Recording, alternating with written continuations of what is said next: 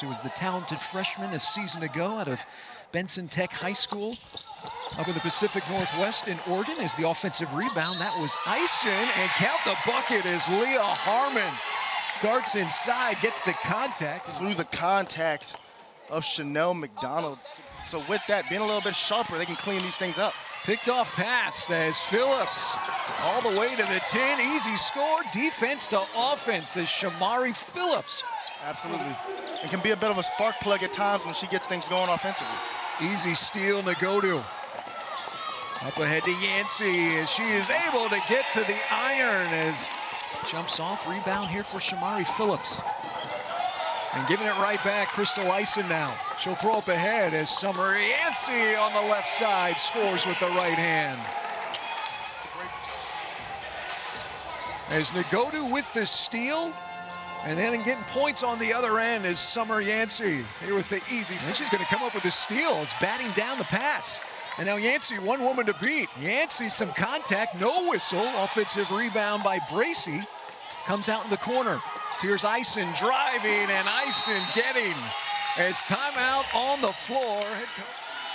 Kiki Gregory is going to have her shot knocked down. That's going to be a shot clock violation as a solid defensive sequence here for losing the ball. That is Eisen gets it back. She'll throw to the freshman Samari Bankhead, who's just checked in the game.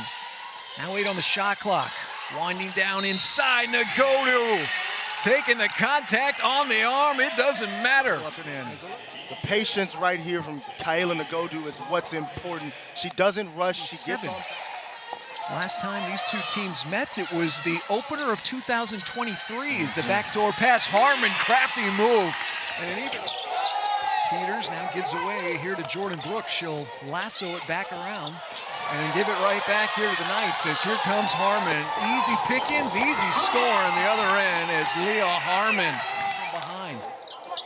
You can see right here, see Jordan Brooks comes off this ball screen. Leah Harmon, boom, just cuts that pass. Right there. Yep, it's like a DB in football, cutting the passing lane and taking it back for a pick 60. Now 3 minutes into this second quarter, going to try to chip away here at this Knight lead.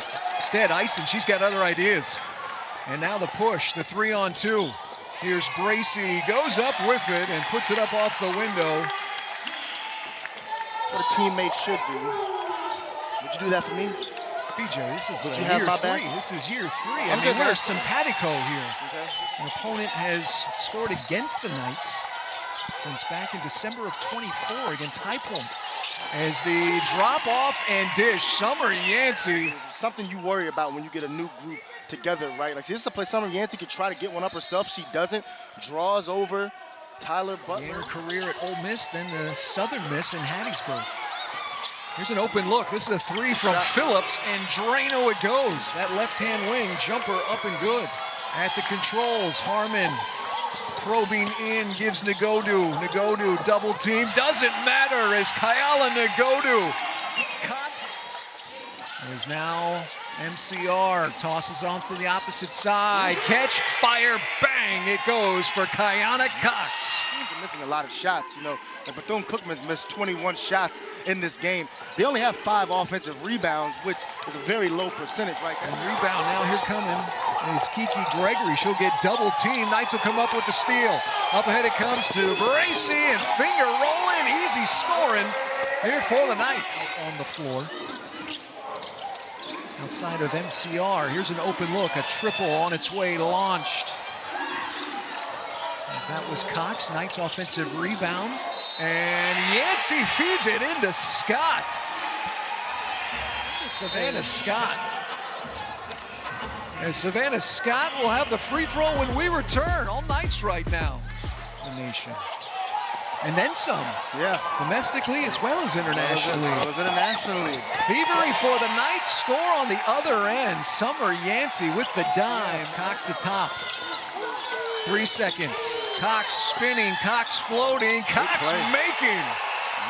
As how about that play from Kiana Cox? His back-to-back scores here for the SMU transfer. What a move. Whirling Dervish goes into that spin. And finishes with a soft touch on that floater. Knights on a 7-0 run. And they come up with the loose ball. Obviously, and Caitlin Peterson, and she was outstanding. You know, but this year the ball is moving more for the Knights. They're finding open shots. They're finding the open player, right? You can tell they're going to utilize all of their weapons. Great finish right there. Get away. Great play right here from Butler. First she knocks it out of the hands and then creates her own offense. Finishes with the left. Down here is Benson. Benson going to have her pocket picked, and now moving the other way.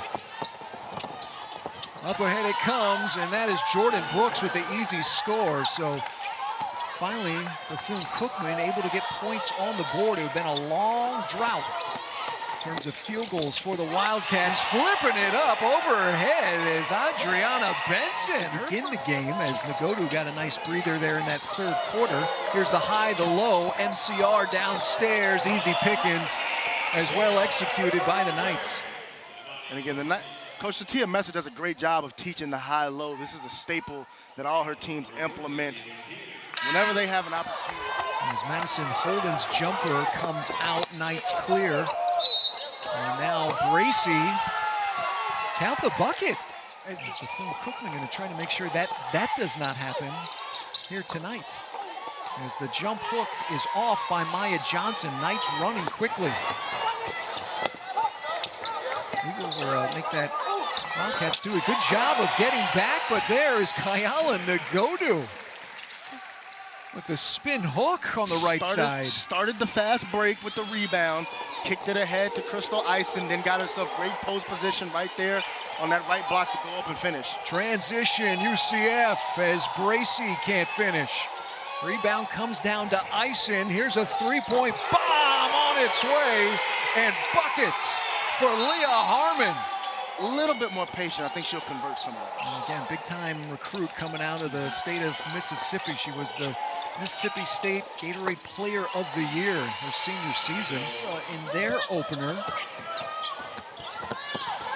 driving in, and the contact. Count the bucket. Indigo Brown with back-to-back scores now.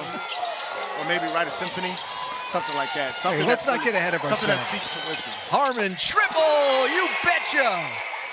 Got a couple assists and 26 minutes of action, and beat the buzzer, jackknifing through mid-flight. Now here in Daytona, as you see the buzzer beater from Ison.